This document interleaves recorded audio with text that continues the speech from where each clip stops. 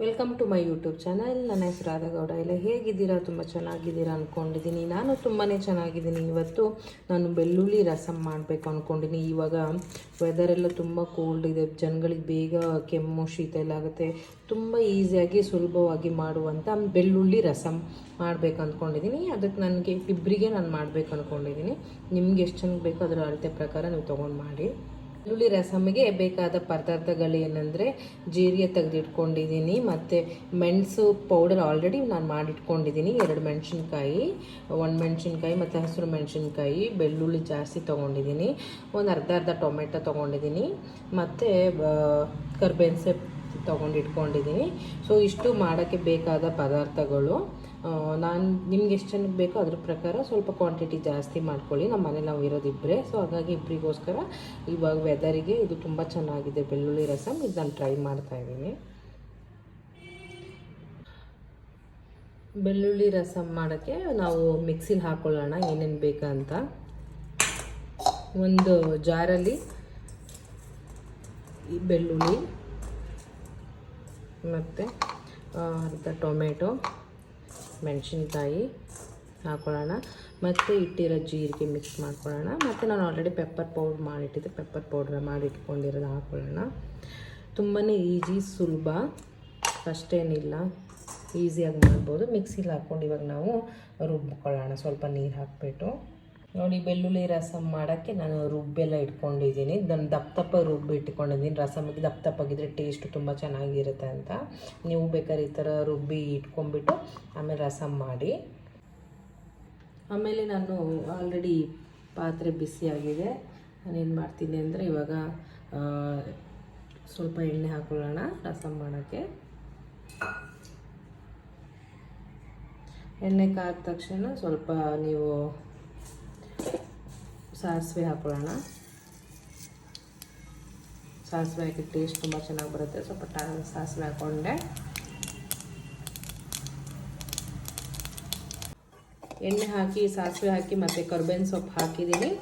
ಕರ್ಬೇವಿನ ಸೊಪ್ಪು ಹಾಕಿದ ತಕ್ಷಣ ಫ್ರೈ ಆದ ತಕ್ಷಣ ರುಬ್ಬಿರೋ ಮಸಾಲ ಇರುತ್ತಲ್ಲ ಅದು ತೆಗೆದು ರುಬ್ಬಿರೋ ಮಸಾಲ ಹಾಕಿದ್ಮೇಲೆ ಈ ಥರ ಸ್ವಲ್ಪ ಕುದಿಯೋಕ್ಕೆ ಬಿಡಿ, ಚೆನ್ನಾಗಿ ಸ್ಮೆಲ್ಲೆಲ್ಲ ಹೋಗಲಿ. ನಾನು ದಪ್ಪಗೆ ಬೆಳ್ಳುಳ್ಳಿ ರಸಮ್ ಮಾಡೋಕ್ಕೆ ಈ ಥರ ಕಟ್ ಮಾಡಿ ಹಾಕಿದ್ದೀನಿ. ಈ ಥರ ಇರುತ್ತೆ. ಸಣ್ಣದಾಗಿ ಸ್ವಲ್ಪ ಕುದೀಲಿ, ಎಷ್ಟು ಲೈಟಾಗೆ ಕುದೀಲಿ, ವಾಮ್ ಆಗಲಿ ಸ್ವಲ್ಪ. ಯಾರೆಲ್ಲ ಇನ್ನೂ ಟ್ರೈ ಮಾಡಿಲ್ಲ ಮಾಡಿ, ತುಂಬ ಈಸಿ ಇದೆ. 2 ನಿಮಿಷಕ್ಕಾಗುತ್ತೆ, ಕಷ್ಟ ಏನಿಲ್ಲ. ಸ್ವಲ್ಪ ಕಡಿಮೆ ಇಂಗ್ರೀಡಿಯೆಂಟ್ಸೇ. ಸ್ವಲ್ಪ ಅರಿಶಿನ ಹಾಕ್ಕೊಬೇಕು. ಅರಿಶಿನ ಹಾಕಿದ ತಕ್ಷಣ ಮಿಕ್ಸ್ ಮಾಡಿ.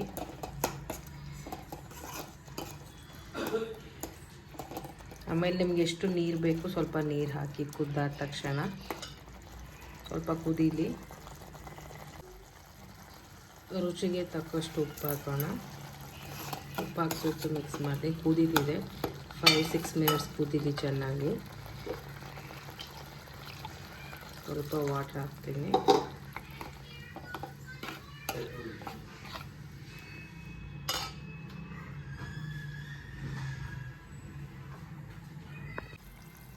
ರಸಮ್ ಕುದ್ದಿರೋ ಇದಕ್ಕೆ 2 ಗ್ಲಾಸ್ ನೀರು ಹಾಕೋಣ.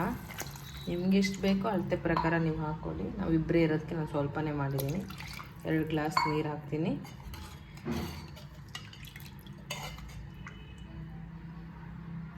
ಇಲ್ಲ, ನಾನು ಕೊತ್ತಂಬರಿ ಸೊಪ್ಪು ಮತ್ತು ಇದು ಹುಣಸೆಹಣ್ಣೆಲ್ಲ ನೆನೆಗೆ ಹಾಕಿದ್ದೆ. ಸ್ವಲ್ಪ ಹುಣಸೆಹಣ್ಣಿನ ಹುಳಿ ಮಾಡಿಟ್ಟಿದ್ದೀನಿ, ಕೊತ್ತಂಬರಿ ಸೊಪ್ಪಿದೆ. ಈ ಥರ ರಸಮ್ ನಾನು ತೆಳುವಾಗಿರುತ್ತೆ, ತುಂಬ ಟೇಸ್ಟಿಯಾಗಿರುತ್ತೆ, ಮತ್ತು ಶೀತ ಎಲ್ಲ ಆದರೆ ತುಂಬಾ ಒಳ್ಳೆಯದು. ಇನ್ನೂ ಯಾರ್ಯಾರೆಲ್ಲ ನನ್ನ ವಿಡಿಯೋ ಸಬ್ಸ್ಕ್ರೈಬ್ ಮಾಡಿಲ್ಲ ದಯವಿಟ್ಟು ಸಬ್ಸ್ಕ್ರೈಬ್ ಮಾಡಿ, ಶೇರ್ ಮಾಡಿ, ಲೈಕ್ ಮಾಡಿ. ಸೊ ಇವಾಗ ಆಲ್ರೆಡಿ ಆಲ್ಮೋಸ್ಟ್ ಸ್ವಲ್ಪ ಕುದೀಲಿ, ಜಾಸ್ತಿ ಕುದಿಯೋದು ಬೇಡ, ಸ್ವಲ್ಪ ಕುದ್ರೆ ಸಾಕು. ನೋಡಿ, ಘಮ ಘಮ ರಸಮ್ ರೆಡಿ ಆಯಿತು. ರೈಸ್ ಜೊತೆ ನಾನು ಮಾಡಿರೋ ರಸಮ್ ಹಾಕ್ಕೊಂಡು ಊಟ ತುಂಬ ಟೇಸ್ಟಾಗಿರುತ್ತೆ. ಬೆಳ್ಳುಳ್ಳಿ ರಸಮ್ ರೆಡಿ ಆಗಿದೆ. ಅದ್ರ ಜೊತೆ ವೈಟ್ ರೈಸು ಮತ್ತು ತುಂಬ ಟೇಸ್ಟಿಯಾಗಿರೋಂಥ ಆಮ್ಲೆಟ್ ಅದ್ರ ಜೊತೆ ಮಾಡಿದ್ದೆ.